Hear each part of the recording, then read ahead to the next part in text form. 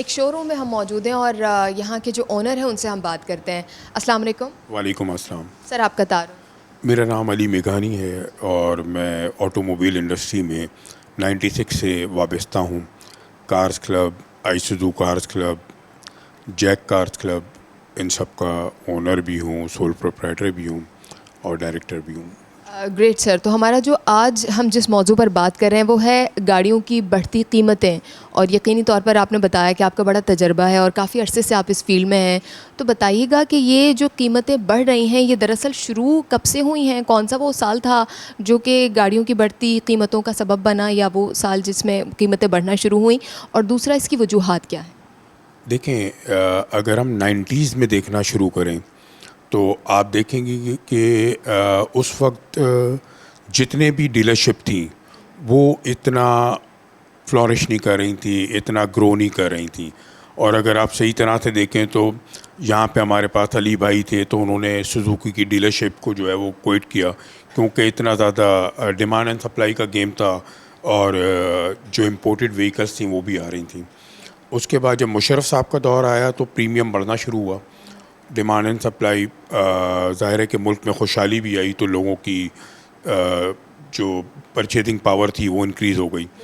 اس میں انہوں نے کیا کیا کہ انہوں نے امپورٹ کو اوپن کر دیا، یعنی کہ 2 سال 4 سال کا مسئلہ ہی نہیں تھا اور اوپن امپورٹ کر دیا. جب اوپن امپورٹ ہو گئی تو اس سے اون بھی کم ہوا، اور مارکیٹ کے اندر اگر آپ دیکھیں تو اس وقت ایکس ایل آئی کی پرائس جو ہے وہ 8,49,000 کی تھی.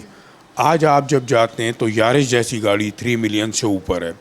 تو اتنی مہنگائی تو نہیں ہوئی. یہ ٹوٹل جو گیم بنا وہ ڈیمانڈ اینڈ سپلائی کا گیم تھا. اس سے کیا ہوا کہ لوکل مینوفیکچر یا ہم جتنے بھی لوگ جو بیٹھے ہوئے ان کی ایک اجارہ داری ہو گئی، کیونکہ وین ایور کلائنٹ جب آتا ہے یہاں پہ تو اس کو اسی وقت چاہیے ہوتی ہے اور وہ پریمیم پے کرتا ہے. اور ایسا بھی وقت ہوا کہ پچھلے دنوں 20 25 لاکھ روپے فارچونر جیسی وہیکل کے اوپر، روکو جیسی گاڑی کے اوپر پریمیم چلنے لگا. تو میرا یہ خیال ہے کہ اگر امپورٹ اوپن کر دی جاتی تو اتنا زیادہ جو فلکچویشن ہے مارکیٹ کے اندر وہ نہ ہوتا ہے. اچھا، یقینی طور پر آپ اس کو بہتر سمجھتے ہیں اور آپ دیکھتے ہیں کہ جو بائر آ رہا ہے اس کی تعداد یقینی طور پر آپ سمجھتے ہیں کہ کم ہو گئی ہے یا بڑھ گئی ہے؟ کیونکہ لوگوں کی ضروریات تو بڑھ رہی ہیں لیکن کیا وہ افورڈ بھی کر پا رہے ہیں؟ پچھلے کچھ دنوں سے مارکیٹ پوزیشن یہ ہے کہ جو بائنگ پاور ہے لوگوں کی وہ کم ہو گئی ہے. بائنگ پاور لوگوں کی کافی کم ہو گئی ہے. اور اگر آپ پاک ویلز کا اور دوسرے جو سروے دیکھیں گے تو اس میں بھی آپ کو نظر آ رہا ہے کہ بائنگ پاور لوگوں کی کم ہے، سیل کم ہے.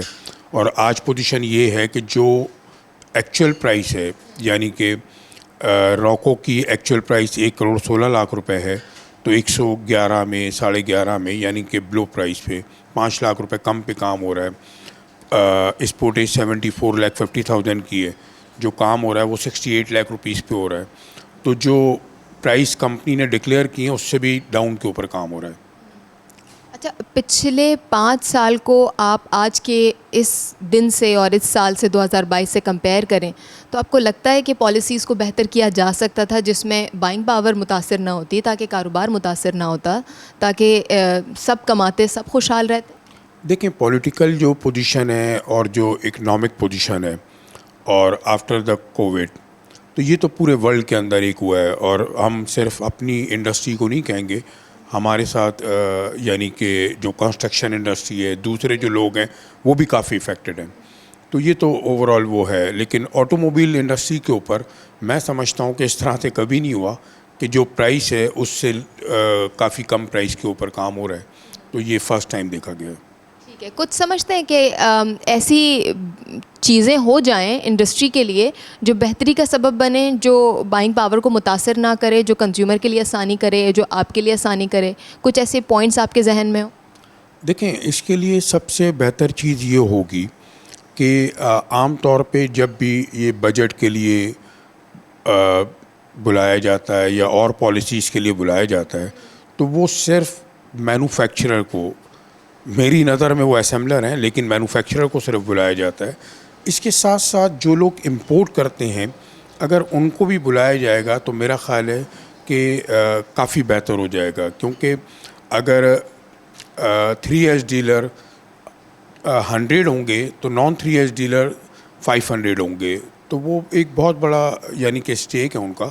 تو ان کو اگر شامل کیا جائے گا تو بہت بہتر پالیسیز بن سکتی ہیں, اور وہ ایک جو جنرل پبلک کے ویوز ہیں وہ آپ کے سامنے آ سکتے ہیں. آپ نے ذکر کیا کہ ابھی امپورٹ پر بھی پابندی ہے, اس کی وجہ سے بھی یقینی طور پر انڈسٹری متاثر ہو رہی ہے. کچھ چانسز نظر آ رہے ہیں کہ آئندہ دنوں میں یہ پابندی ہٹ جائے گی, ختم ہو جائے گی؟ میرا خیال ہے کہ ابھی جو گورنمنٹ ہے, اسحاق ڈار صاحب کافی یعنی کہ ان کی کافی فائنینس کے اوپر اور بزنس کے اوپر کافی نظر ہے اور سمجھدار آدمی ہیں. تو مجھے ایسا لگتا ہے کہ شاید وہ کر دیں گے, کیونکہ دنیا کے آدمی ہیں, ان کو پتہ ہے کہ کس طرح سے کرنا ہے. اور جو پالیسیز ہیں وہ بھی انہوں نے 2-4 دفعہ ذکر بھی کیا ہے اس معاملے میں. تو میرا خیال ہے کہ کرنا چاہیے ان لوگوں کو.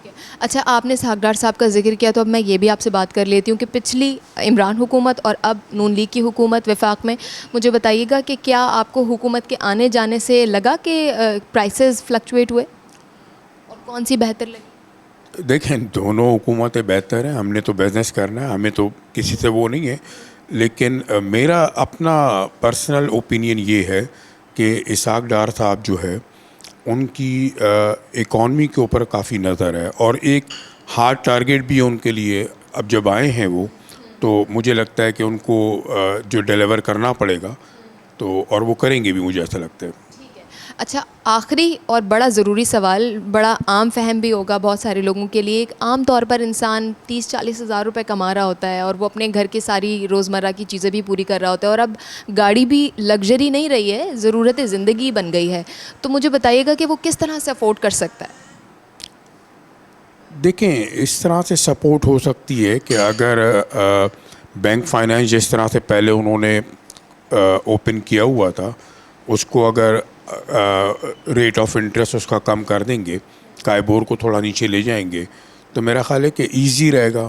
لوگ آسانی سے اپنا جو اسٹینڈ آف لیونگ ہے وہ انکریز کر سکیں گے. ہم پالیسی میکنگ کی بات کر رہے تھے نا اپنے انٹرویو کے شروع میں بھی, کہ جب پالیسیز بن رہی ہوتی ہیں, آپ کیا سجیسٹ کرتے ہیں کہ اس بجٹ میں رہتے ہوئے شخص کو کیا پالیسی اپنانی چاہیے کہ وہ کون سی گاڑی افورڈ کر سکے اور کس طرح سے مینیج کر سکے؟ دیکھیں, کافی ساری گاڑیاں ہیں جو کہ لو بجٹ میں بھی ہیں. لائک پرنسپل ہو گئی 15 لاکھ کے بجٹ سے ہے, یا آلٹو ہو گئی وہ 18-19 لاکھ کے بجٹ سے. اگر 10% ڈاؤن پیمنٹ کے اوپر بینک ان کو آفر کرے گا ایزی انسٹالمنٹ پہ, تو مجھے لگتا ہے کہ لوگ اپنا اسٹینڈ آف لیونگ انکریز کر لیں گے اور وہ مینٹین کر سکیں گے اس کو.